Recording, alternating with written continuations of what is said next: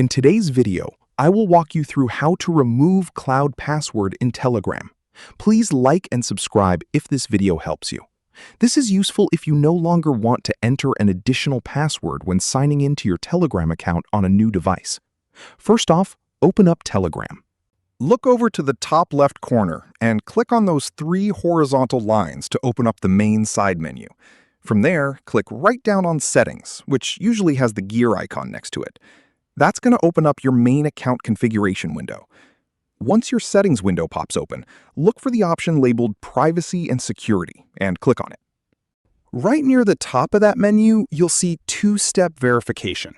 Go ahead and click that. Telegram is going to ask you to type in your current cloud password just to verify it's actually you making the change. Go ahead and pop that in. Once you're inside, you'll see the option to turn it off. Click Turn Password Off, confirm it on the final warning prompt, and you're completely good to go. And just like that, your next login on desktop will be completely frictionless. If this quick walkthrough saved you a headache, hit that like button and drop a comment if you have any other desktop app questions. See you in the next one.